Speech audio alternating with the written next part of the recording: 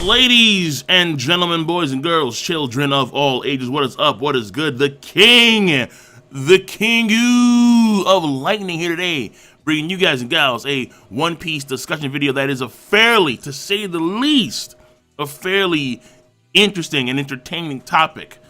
Ladies and gentlemen, as you see before you, would the Big Mom Pirates do better in Marineford than the Whitebeard Pirates? Now, this was asked at the end of January, so you can ignore the second part of that where it says gonna do the vid tomorrow, because clearly, when I said tomorrow at the end of January, I actually meant sometime in March, obviously. that is the Kingu standard. When I say tomorrow, when I say soon, I actually mean give or take a few days to weeks to months, potentially years. It depends. But nonetheless, I sit on Twitter and follow me on Twitter. There'll be a link in the box below to my Twitter. And 1,500 cats voted during this poll. And as you can see, 51% said yes, the Big Mom Pirates would do better than the Whitebeard Pirates. And 49% said no. So clearly, a very close matchup when it comes to the votes during this poll. But ultimately, on Twitter, most of the people, just barely, but most people thought that the Big Mom Pirates would do better in Marineford. So this is the topic of today, and I must say this one does interest me a lot because Big Mom and Whitebeard, they are the only two Yonko crews we can say that we've seen the most activity from. And would the Big Mom Pirates do better at Marineford compared to the Whitebeard Pirates? And in fact, I'm gonna take it to the next level. Would the Big Mom Pirates win at Marineford compared to the Whitebeard Pirates that lost? So we're gonna break it down. We're gonna make some parallels here between the Whitebeard Pirates and the Big Mom Pirates, and also we're gonna talk about the crews, the top-end fighters, the commanders, and then the Yonko themselves, and how some scenarios may or may not play out if the Big Mom Pirates were at Marineford. So first and foremost, when it comes to the scenario at Marineford, there has to be at least two people, the one that was captured and the betrayer. So in this case, you have Squardo, who was the betrayer, and then you have Ace, who was captured. So the parallel here with the Big Mom Pirates would be Smoothie, because Ace was the second division commander of the Whitebeard Pirates. Smoothie is the second suite commander. Why not? So Smoothie in this case is Ace. Then you have the betrayer. And in this case, the person I think who's best suited for the betrayer role in the Big Mom Pirates would be Opera. And the main reason why is because Opera was the one that lied about Luffy and company not being active, where they actually did escape. And Monto was questioning that, but ultimately, because Opera lied, Luffy and company were able to infiltrate the wedding, and the Big Mom Pirates weren't on alert at all. They were completely caught off guard. I'm adding this addendum to the video early on, just to make things very clear. I had also considered Capone as the betrayer for obvious reasons, because Capone orchestrated the attack on Big Mom with Monkey D. Luffy, and clearly had the intent of taking out Big Mom and so on and so forth. But the reason why I chose Opera instead was because if we're comparing it to Squad from the Whitebeard Pirates, Squad never wanted to betray Whitebeard. He was coerced by Akainu to do so, and then later on, he wound up joining the fray along with the Whitebeard Pirates. Capone, in a sense, was never a Big Mom pirate. In a sense, he infiltrated to take down Big Mom ultimately. That was his plan all along. So he never had trust, or he never had faith, or he never even cared about Big Mom in the sense of being a subordinate, let alone a family member. So Opera, I think, fits the bill way better than Capone does in this case. And actually, in the video, Capone is a non-factor. He's not an ally, he's not an enemy, he's just not there. We have our betrayer, we have the person that's captured. So let's break it down first and foremost by the crews. And the crews predominantly are fodder. This is the quality of the fodder, because fodder have qualities. There are fodder tiers. There are fodder tiers. So let's go over that for, first of all, the Whitebeard Pirates. Now, for his crew, his main fleet had 16 divisions. Each one had over 100 guys, and a total of 1,600 people total for his main crew. On top of that, you have 43 subordinate crews as well. and the number is untold, but 43 crews, subordinate crews, that served Whitebeard is a lot of fodder guys. During Marineford, we did see, at the very minimum in the anime, I can't say for the manga, but during Marineford, we saw that some of these guys were able to team up and take out Pacifista, and they were, for the most part, fodder.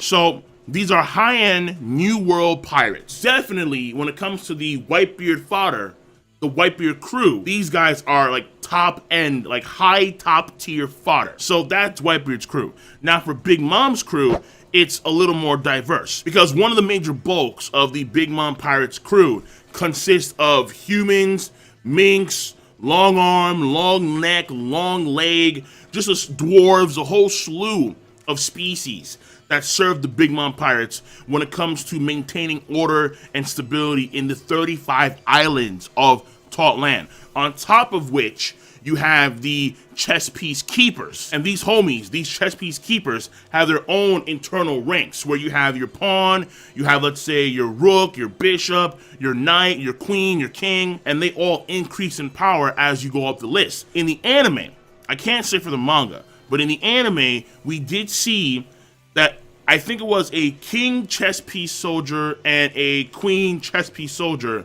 They were strong enough to where they were destroying buildings with ease.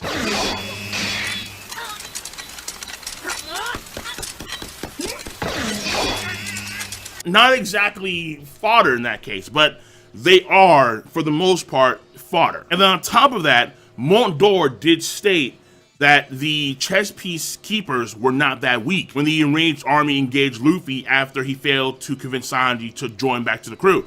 So Montdor's word as of late has been, as of chapter 896, Montdor's word has been just a little bit shaky with the whole Gold D Roger. Montdor straight tripping. But we will take at face value here, because there is evidence, at the very minimum, that the chess piece keepers are fairly powerful. So definitely, I would say that when you look at the fodder of the Big Mom Pirates and you look at the fodder of the Whitebeard Pirates, both, again, consist of high-end fighters of the New World, more so for the Whitebeard Pirates than the Big Mom Pirates. However, you do have, once again, the chess piece keepers that are a huge army that have their own individual ranks, and from the bottom up are fairly powerful. And again, in the anime, the king and queen chess piece soldiers are fairly powerful. So all in all, I would say the fodders of both Big Mom and Whitebeard are fairly equal. That would be my argument. There is, I think, more evidence pointing in Whitebeard's fodder being superior, but at the same time, that probably comes from a number standpoint, because 43 subordinate crews is a lot of crews. People that are specifically honed in the New World. That is a lot of people. Whereas with Thailand, I can't really say the same thing. But the number values for Thailand soldiers is unknown. No idea. So once again, when it comes to the crews, the fodders, the bulk of the Yonko, they're equal. Now, when it comes to the top-end combatants, the top-end fighters, not the commanders, just the top-end fighters, this is where things, I think, differ. I would say definitely different. Now, when you look at Whitebeard's crew, first of all, you have the 43 subordinate captains, and that's a lot of captains. And it is strongly hinted that each one of these captains is a fierce fighter. In the anime, you have Magai, you have the Calvin brothers, you have Doma. They take on vice admirals.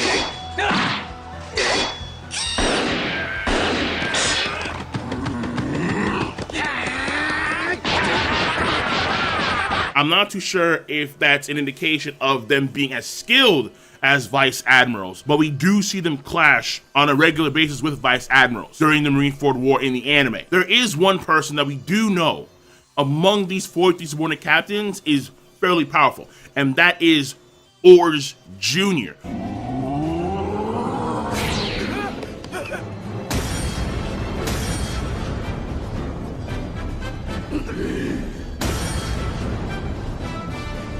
Oars Jr. is a monster of physical strength. He picked up an entire marine galleon ship and 3 Shichibukai gave him their attention. Now, they weren't going all out, obviously.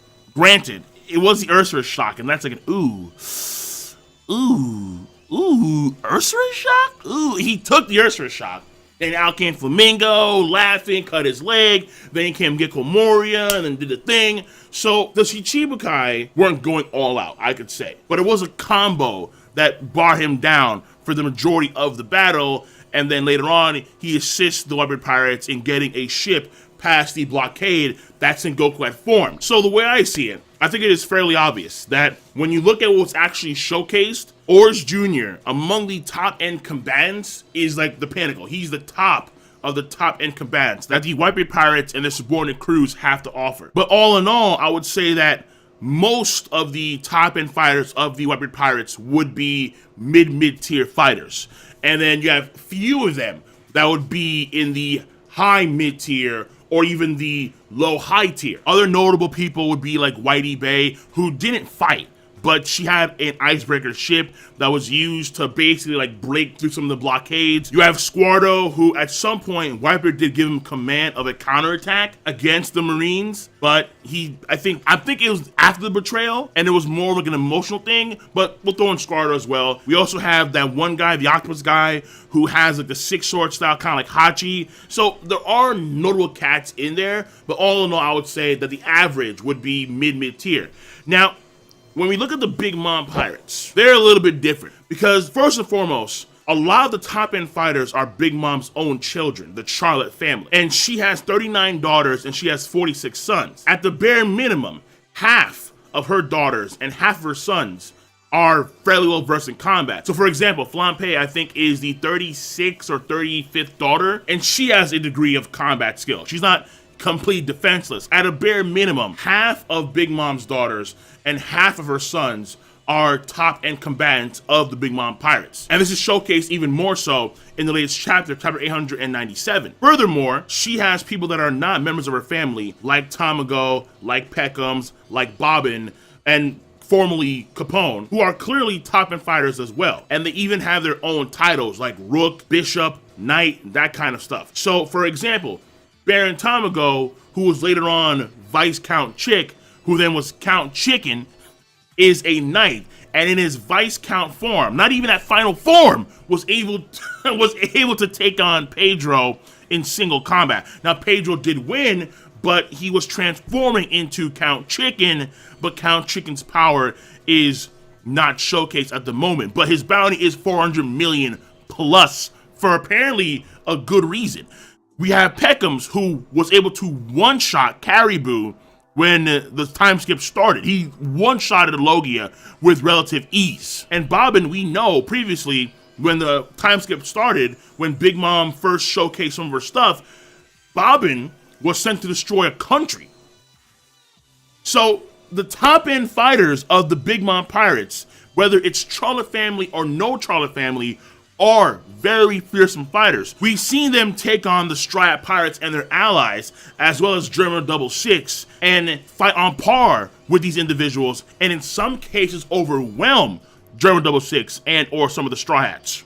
And on top of that, you have these homies, these top-end homies like Randolph, who are also fairly fearsome fighters, and Randolph himself was able to take on Carrot in single combat. And very similar to how the fodder were able to team up and take out Pacifista during the Marineford War, you have the top-end fighters of the Big Mom Pirates subdue a Sulong Mink very quickly in the latest chapter One Piece. Like, it was almost instantly. So when it comes to noteworthy people among the top-end fighters of the Big Mom Pirates, you have people like Charlotte Perospero, you have Charlotte Daifuku, you have Charlotte Oven.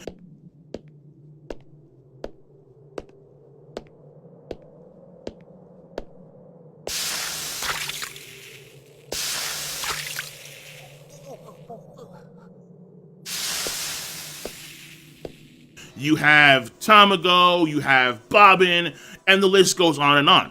Now, ultimately, I would say that the majority of the Big Mom top-end fighters are also mid-tier. but I would argue that they have more mid-high tiers and high-low tiers among the ranks of the Big Mom Pirates. And on top of that, they have more versatility when it comes to the abilities that they display. You have Oven, who can control heat, who can heat an entire section of a sea. We've seen Daifuku cut through mad tart ships with a single swing of his abilities. And versatility does matter. It matters a lot, because when you're engaging in war and there's so many different things happening at once, the more versatile you are, the more cushion you have if something goes awry, where you can handle it better, or you have a higher chance of handling it better if you're more versatile, as opposed to having a very linear combat scheme, especially if you have fellow comrades that are also on that same level. Ors Jr., again, I would argue that Ors Jr. was probably the top end of the top end fighters of the Whitebeard Pirates. And Ors Jr. himself was very linear in his combat ability. He was just pure strength, and that was it. Very simple. Big strength, ship, look at me. And they saw him, and they took care of him very quickly, unfortunately. Again, he was still active later on, but nowhere near as efficient as he was. With the Big Mom Pirates, when you have Oven and his heat abilities, when you have Daifuku and the Genie's powerful, very powerful. When you have Campo, who I have no idea what no one knows what Campo can do. She's rocking some nasty powers, I don't doubt it. You have Sparrow, who has displayed very powerful abilities with his candy ability. He subdued easily Brook and Chopper like it was nothing. He was able to pin down Big Father. He pinned down the Big Father. Sparrow is no joke. Daifuku is no joke. These are men that are in the high tiers of combat ability. They have more quality soldiers in the higher ranks compared to the Whitebeard Pirates, I would argue, when you look at the top end fighters of the Whitebeard Pirates and the Big Mom Pirates. I would say that Big Mom wins in this regard. So now we go on to the next section of this video. And by the way, at some point, I will do a stream on this topic because I find it fairly interesting. And if you guys want to come in and argue your points during that stream, by all means, I'm all for it. Okay, because this topic is very fascinating. Because we're not done. No, we're not done yet. So next we have the commanders.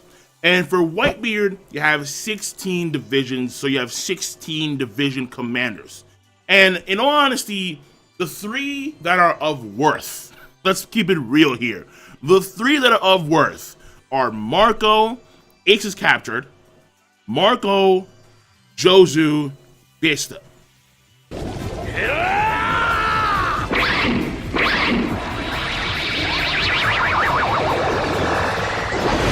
Those are the three.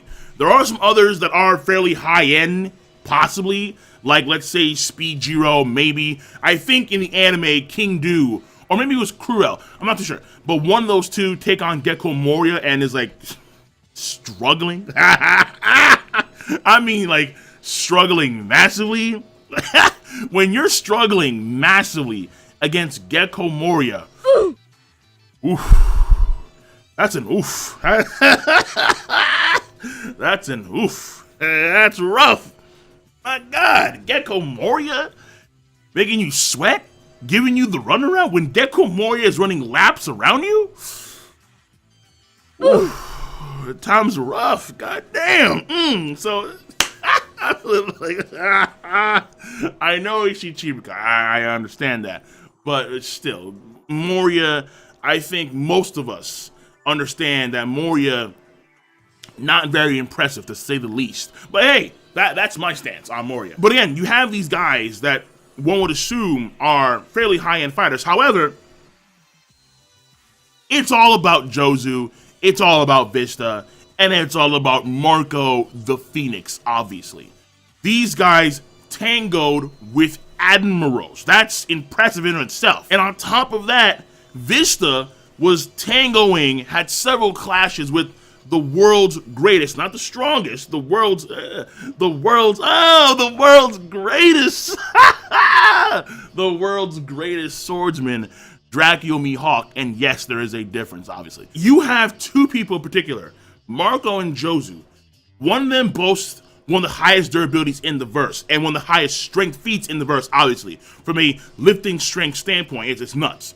And then you have another one who boasts one of the highest endurances in the verse, who basically regens from any attack. On top of that, had enough speed to cut off someone like Kizaru mid-attack. You have disgustingly powerful fighters among the top end of the Whitebeard Pirates. That's obvious. I know folks would argue that Marco could beat an Admiral in single combat. I don't think so.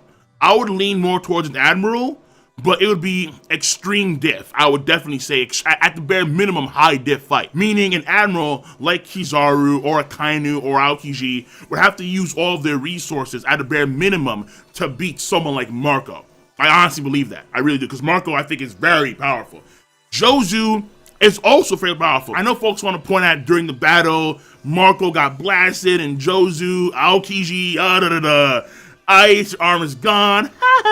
Listen, clearly, obviously, Whitebeard got blasted by Kainu. They were distracted. Oyaji! In came, I think I forgot his name is, but the guy with the spider ability, Vice Admiral, came in there. Kairo Seki, Marco, Nani, Kizaru, Aokiji, freeze, Jozu, no! We all know that it was because they were distracted. And truth be told, in battle, I understand that. However, you do have to note that their combat abilities were not fully showcased during the Marineford War, but you do have these two men. They were able to tango with admirals. And in my personal opinion, I can't speak for Jozu, no. But Marco would take an admiral to an extreme diff fight. Jozu blocked Mihawk's swing. Look at that. Respect it. Respect that. If he could use armor hockey hardening with his diamond, respect it. Respect that. Respect that, most definitely. One of the highest durabilities in the verse for a goddamn good reason. The other one, Speed Jiro, Namura, the Fishman, King Dude.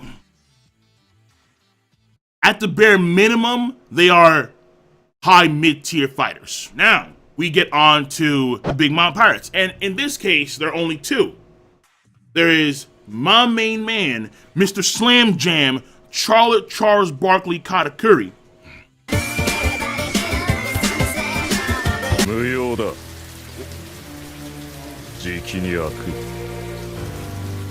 And then there is Charlotte Cracker. Now, Smoothie captured out of the picture. So compared to the Whitebeard Pirates that have 16 division commanders and 3 of note, in this case we only have 2, because Snacks would be a top-end fighter now that he's no longer a commander of the Big Mom Pirates. However, there is a massive X factor here. Katakuri, at the bare minimum, requires the attention of one admiral, at the bare minimum. And in all honesty, the way I see it, given his combat prowess, how he's awakened, how his Busou Shoku is harder than even a Snake Man, how you have his base speed and base strength stronger than post time skip and faster than post time skip Gear 2 and Gear 3 Luffy. He's a spearman and just OD Convulsion Haki. Katakuri is going to be able to recognize major threats that are coming their way, and particularly when it comes to Big Mom's direction. And he can react or relay orders if he needs to far more efficiently than potentially Mont d'Or.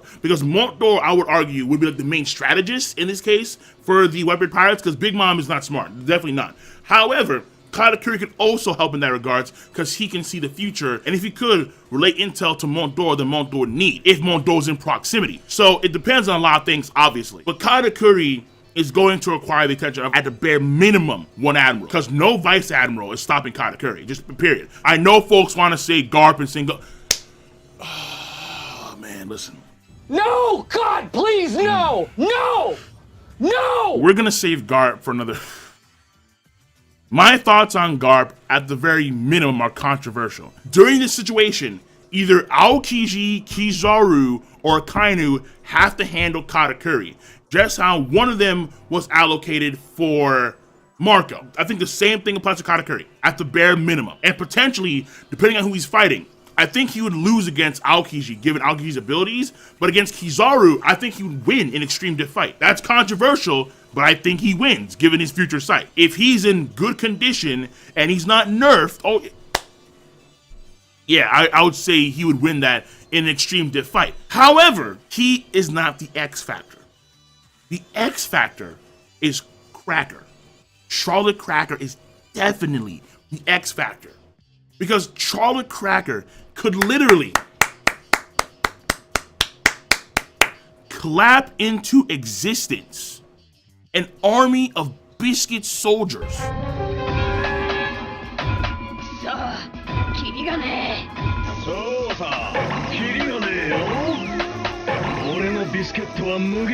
That has strength matching a Gear 3 post-time skip Luffy. Defense is more powerful than Gear 3 Luffy. And Cracker can make an army of these guys. A literal army. Of course Cracker is going to require the attention of an admiral. So imagine Sengoku's plot when he had all the pacifista surround the Whitebeard Pirates and their subordinate forces. Well, if Cracker is active, all he has to do is make a few biscuit soldiers and he's taken out all the pacifista, all of them. Like, it's insane. Cracker is literally his own army. And for at the bare minimum 11 hours, he can spawn biscuit soldiers that have strength and more defenses than Gear 3 post-time skip Luffy. And Cracker himself is fairly powerful with his own tactics and his own Busou Sugar Haki, which can actually pierce through Gear 4 Luffy Bowman. I mean, like, it's... Cracker is the X Factor. As long as Cracker is active, you literally have an army that is immensely powerful at your disposal. Truly, Cracker is a glass cannon, and as far as you can tell, there's no one that can nerf the biscuit bodies. Aokiji is ice, but the main thing here is moisture. Because again, we're assuming that it's the same thing as Marineford, so Aokiji is gonna make an ice platform for all of them to fight on. Like what happened with the Whitebeard Pirates. Let's say that Big Mom comes in there in the same fashion with another tidal wave. Okay, then yeah, like most definitely. Easy. So Aokiji makes the giant platform where they can all fight on, both the Marines and the Pirates. If there's no other moisture, maybe there's someone else among the Marines that is moisture oriented for their abilities. Maybe. But as far as I recall, not the case. As long as Cracker is active, the Giants, the Pacifista, cakewalk. So, both sides are fairly impressive. Most definitely. But for the sake of battle, Cracker is the real X Factor here. The combination of Vista, of Jozu, and the other division commanders, aside from Marco, is not enough, I would argue, to make up for Cracker's presence alone. No, Cracker is that much of an asset. I think he honestly is. And now finally, the Yonko. Yonko Edward Newgate, the legend, the only man to be able to fight on par with the Pirate King himself, Gold D. Roger, Mr. One Piece, the man who was given the title of the world's most powerful man, the world's most strongest man. Now, whether or not it was at that point in time, during the Marineford War, or in the past, I'd argue the past, but that's another debate. Comparing him to the warrior, the demon, the freak, the iron balloon, the insane mama, the big bitch, big ooh, mom ooh.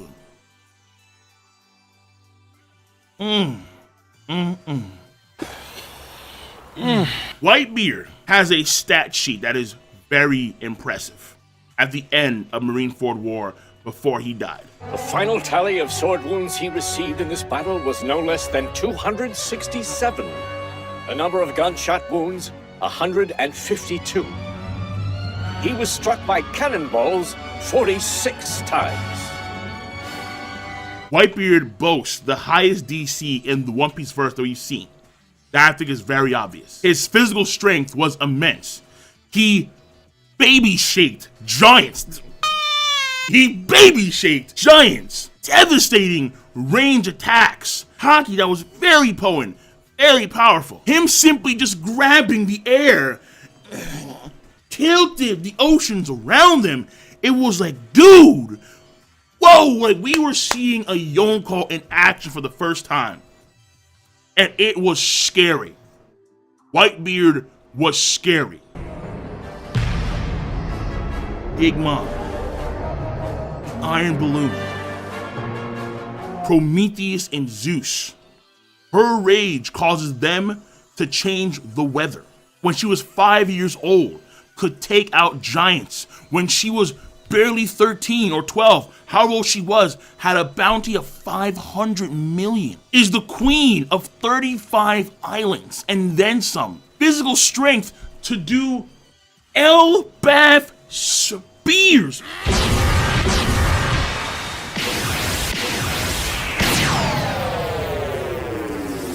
And pulverize anything in that range into dust for miles on end. But most of all, has durability that is goddamn off the charts. Whitebeard is endurance, is pain soak. Whitebeard took bullets, he took stabs, he took cannon fire, and kept on going, and kept on attacking, until an admiral like Akainu stepped in there. No matter what they did, they could not take down Whitebeard. And even though his DC is immense, and it was stated that Whitebeard himself was holding back during the Marineford War, he wanted to save Ace, so he held back. And after Ace had died, it looked like Whitebeard had decided to go all out.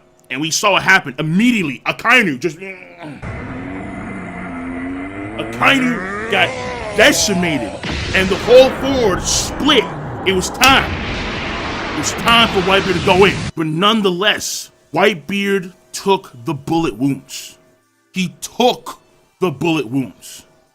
He took the stab wounds. He took the cannon fire. He was wounded by these things. And I would assume that because most of the guys there on the Marine side were high-end fighters, that most of them were using hockey. Okay, fine. So he took wounds from bullets that were hockey-laced. Swords that were hockey lace, cannons that were hockey lace. Fine.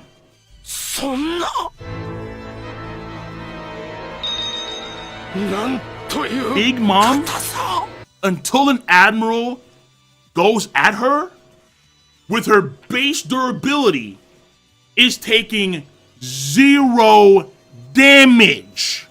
Not a scratch on the big one. No. Big Mom is taking 0 damage, not a single scratch. When Big Mom is fat and healthy, when Big Mom is pleasantly plump, Big Mom is taking no damage.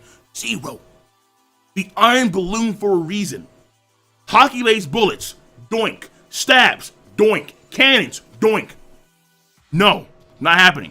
Until an admiral comes there to take on Big Mom's not taking a single scratch. And let's say the parallel here between Big Mom and Whitebeard for admirals is Akainu. Akainu engages at Big Mom. Akainu does his magma dog attack that he used to blast off half of Whitebeard's face. If Big Mom uses armor hockey hardening, I would argue comfortably 0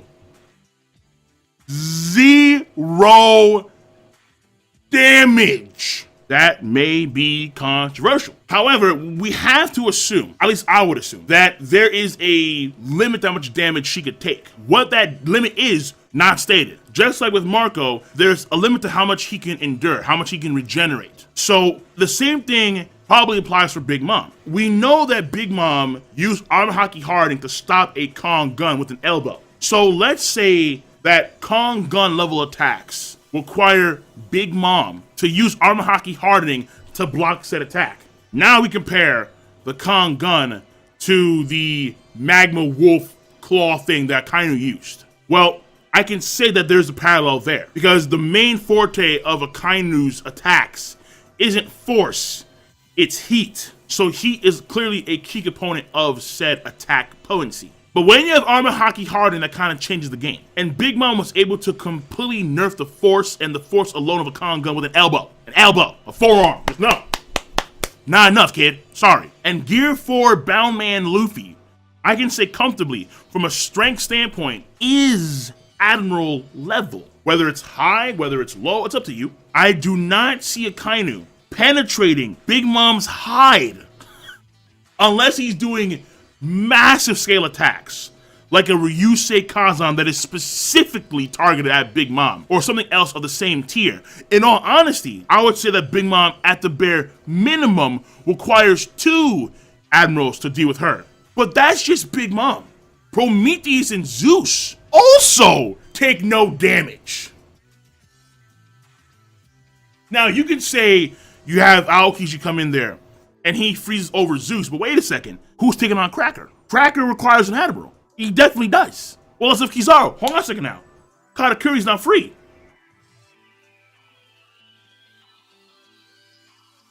There's a problem here. It's not just Big Mom.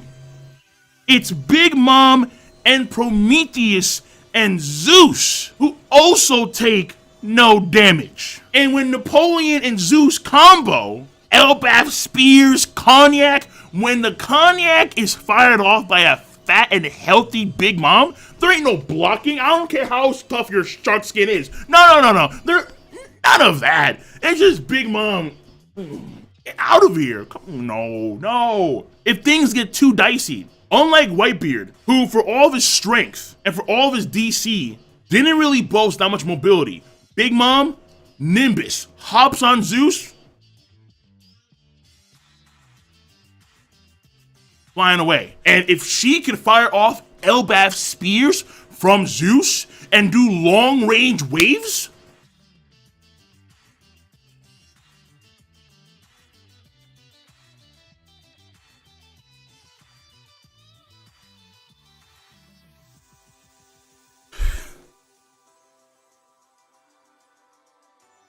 durability in this battle, I would argue, matters more than destructive capability. Big Mom isn't lacking in that regards. Clearly, the Elbaf spear is obvious. Prometheus just getting big is obvious. An entire section of forest was just burned down in an instant when he became like this massive fireball, bigger than the Entei. Prometheus and Zeus also require, I would argue, Admiral attention. But there's only 3 admirals. Now, granted, you can have Garp or Sengoku try and do something, but Garp and Sengoku, they cannot hurt Prometheus or Zeus. They have never been wounded until Brook came in there, and that's only because Brook can manipulate souls like Big Mom can. In fact, Big Mom, if she did her soul pocus, and she grabbed the soul force of scared combatants, like fodder dudes of the Marines, she could potentially redistribute the souls right then and there and make homies right then and there to assist her in combat. Now, granted, that's not shown if she can do that on the spot to make homies like that. But when she was a kid, she did make a flower homie right then and there on the spot. So she could potentially do that, considering what we saw in the past with her and creating a flower homie. Going all the way back to the original argument, Big Mom doing better than the Whitebeard Pirates at Marineford, I think it is most definite, because in my personal opinion, not only do the Big Mom Pirates do better in Marineford than the Whitebeard Pirates, but Big Mom wins. I think the Big Mom Pirates win because Big Mom herself definitely requires Admiral attention, but she is so durable. Her stamina is questionable. And folks, I think, are gonna say, well, Big Mom has to eat something.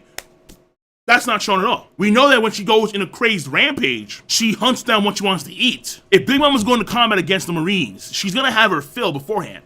She's not a fool. Her IQ is low, yeah, but she's not a complete fool. She's not like Monkey D. Luffy levels of slow. No. I wouldn't say that by a long shot.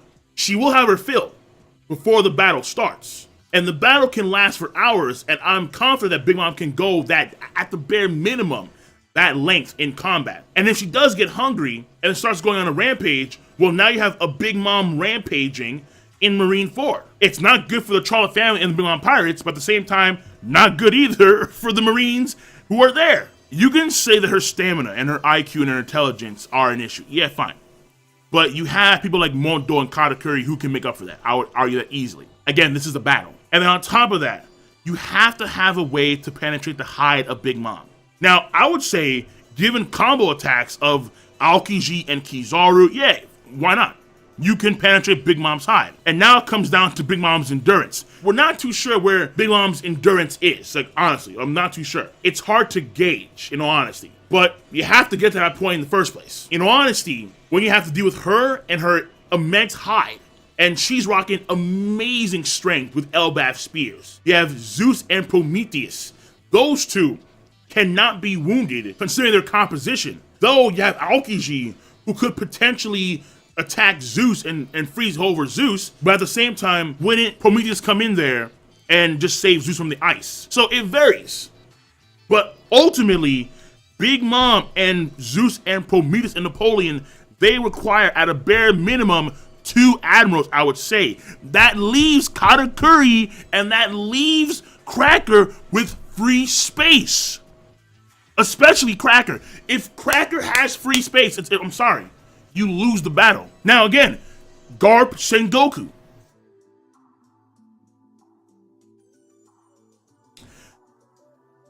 No. I don't think it's enough.